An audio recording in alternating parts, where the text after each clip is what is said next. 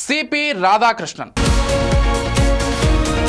ప్రస్తుతం ఈ పేరు దేశవ్యాప్తంగా కూడా చర్చకు వస్తుంది. ఎందుకంటే బీజేపీ లేకపోతే ఎన్డీఏ కూటమి ఉమ్మడి అభ్యర్థిగా సిపి రాధాకృష్ణన్ని ఫైనలైజ్ చేస్తూ పార్టీ ఇప్పటికే తుది నిర్ణయం తీసుకుంది. దీంతో ఈయన ఎవరు, అసలు ఈయనని ఎందుకు సెలెక్ట్ చేశారు అనేటువంటి చర్చ కూడా దేశవ్యాప్తంగా జరుగుతోంది.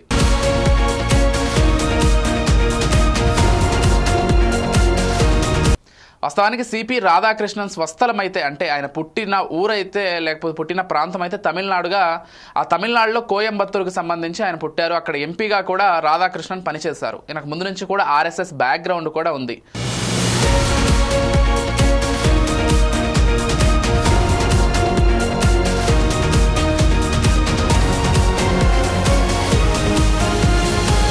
అయితే బీజేపీ పార్లమెంటరీ బోర్డు సమావేశంలో కీలక నిర్ణయం అయితే తీసుకున్నారు. ప్రధాని మోదీతో పాటు పార్టీ అగ్రనేతలు కూడా పాల్గొన్నారు. జేపీ నడ్డా కావచ్చు, అమిత్ షా కావచ్చు, రాజ్నాథ్ సింగ్ కావచ్చు, పలువురు కీలకమైనటువంటి నేతలు కూడా ఇందులో పాల్గొని మొత్తంగా సిపి రాధాకృష్ణన్నే ఫైనలైజ్ చేశారు ఉపరాష్ట్రపతి అభ్యర్థిగా. దాంతోపాటుగా అసలు ఈయన నేపథ్యం ఏంటో ఒకసారి పూర్తిగా తెలుసుకునే ప్రయత్నం చేద్దాం. చంద్రపురం పొన్నుస్వామి రాధాకృష్ణన్ ఈయన పూర్తి పేరైతే. సిపి అంటే చంద్రపురం పొన్నుస్వామి రాధాకృష్ణన్ ఆయన పేరు. అక్టోబర్ 20, 1957 తమిళనాడులోని తిరుప్పూర్లో ఆయన జన్మించారు. అయితే ఆయన 2003 నుంచి 2006 వరకు తమిళనాడు రాష్ట్ర అధ్యక్షుడిగా కూడా పనిచేశారు బీజేపీకి సంబంధించి.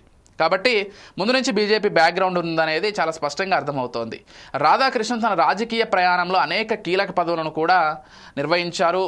అదేవిధంగా జూలై 31, 2024 మహారాష్ట్ర గవర్నర్గా ఆయన బాధ్యతలు స్వీకరించారు. ప్రస్తుతం ఆయన మహారాష్ట్ర గవర్నర్గానే కొనసాగుతూ వస్తున్నారు. ఇప్పుడు ఆయన మహారాష్ట్ర గవర్నర్గా రాజీనామా చేసి ఈ బాధ్యతలు స్వీకరించేటువంటి అవకాశం ఉంది ఎలక్షన్ తర్వాత. ఎందుకంటే దాదాపుగా ఎన్డీఏ అభ్యర్థి గెలిచేటువంటి అవకాశాలు సుస్పష్టంగా కనిపిస్తున్నాయి రాజ్యసభలో. కాబట్టి ఆయనే గెలిచేటువంటి అవకాశం ఉంది. కాబట్టి ఆయన ఖచ్చితంగా భవిష్యత్తులో గవర్నర్గా బాధ్యతలు విరమణ చేసేసి ఇప్పుడు సరికొత్తగా ఏదైతే ఉపరాష్ట్రపతి అభ్యర్థిగా ఆయన బాధ్యతలు స్వీకరించనున్నారు.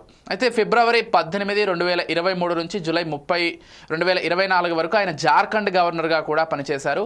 అంతేవిధంగా అంతకుముందు తెలంగాణ గవర్నర్గా కూడా ఆయన పనిచేశారు. 2024 ఆగస్టు వరకు కూడా పుదుచ్చేరి లెఫ్టినెంట్ గవర్నర్గా కూడా ఆయన అదనపు బాధ్యతలు నిర్వర్తించారు. అంటే గవర్నర్గా ఆయన ఎక్కువ కాలం పనిచేశారనేది స్పష్టంగా అర్థమవుతోంది. పుదుచ్చేరి కావచ్చు, జార్ఖండ్ కావచ్చు, తెలంగాణ, ఇప్పుడు మహారాష్ట్ర, ఇలా అనేక రాష్ట్రాల్లో గవర్నర్గా ఆయన బాధ్యతలు అయితే నిర్వహించారు.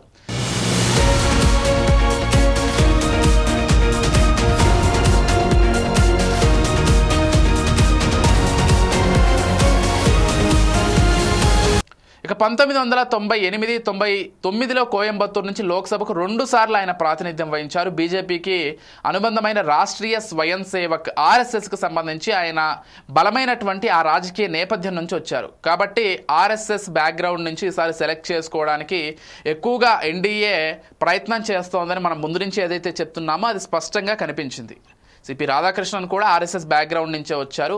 కాబట్టి ఆయనకి ఎక్కువగా అవకాశం ఉంది. కాకపోతే ఇతర పరిస్థితులు, ఇతర పరిణామాలు ఇవన్నీ కూడా బేరీజు వేసుకునే బీజేపీ ఆయన సెలెక్ట్ చేసింది.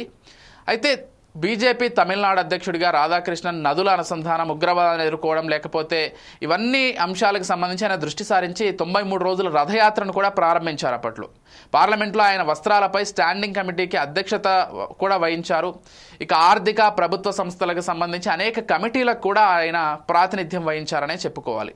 అయితే సిపి రాధాకృష్ణన్ని ప్రధానంగా అభ్యర్థిగా ఎన్నుకోవడానికి కారణం కేవలం ఆర్ఎస్ఎస్ బ్యాక్గ్రౌండ్ ఉండడం, అదేవిధంగా బీజేపీలో అనేక సంవత్సరాలుగా ఆయన కొనసాగుతుండడం అనేటువంటి మాట కూడా వినిపిస్తోంది. దీనికి కారణం ఏంటంటే గతంలో జగదీప్ ధన్ఖడ్ని ఉపరాష్ట్రపతి అభ్యర్థిగా ఎన్నుకున్నప్పుడు ఆయన అధికారంలో ఉన్నటువంటి బీజేపీ పార్టీ పైన కొన్ని కామెంట్స్ చేయడంతో అధికార పార్టీ అయితే కొంత ఇరకాటంలో పడింది. ఈసారి అలాంటి సమస్య లేకుండా ఆర్ఎస్ఎస్ బ్యాక్గ్రౌండ్ లేకపోతే బీజేపీ పార్టీలో మొదటి నుంచి ఉన్నటువంటి వ్యక్తిని తీసుకున్నట్లయితే అటువంటి ఇబ్బందులు ఏవి ఉండవనేటువంటి ఒక నేపథ్యంలోనే ఆయన ఎన్నుకున్నట్లుగా తెలుస్తోంది.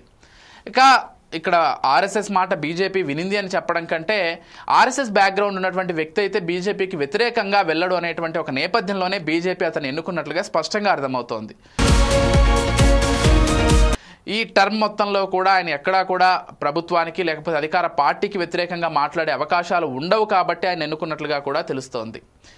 అయితే గతంలో ఇది కొంత జరిగింది కాబట్టి ఇప్పుడు నిర్ణయం తీసుకున్నారనేటువంటి చర్చ కూడా లేకపోలేదు. ఏదేమైనప్పటికీ ఇప్పుడు సిపి రాధాకృష్ణన్ ఖచ్చితంగా గెలవబోతున్నారనేటువంటి విషయం కూడా అందరికీ తెలిసింది. ఎందుకంటే ఎక్కువగా వాళ్ళకి అవకాశం ఉంది కాబట్టి, ఓట్లు కూడా వాళ్ళకి ఎక్కువ పడే అవకాశం ఉంది కాబట్టి రాజ్యసభలో సిపి రాధాకృష్ణనే తదుపరి ఉపరాష్ట్రపతిగా ఉండబోతున్నారనేది కూడా స్పష్టంగా అర్థమవుతోంది.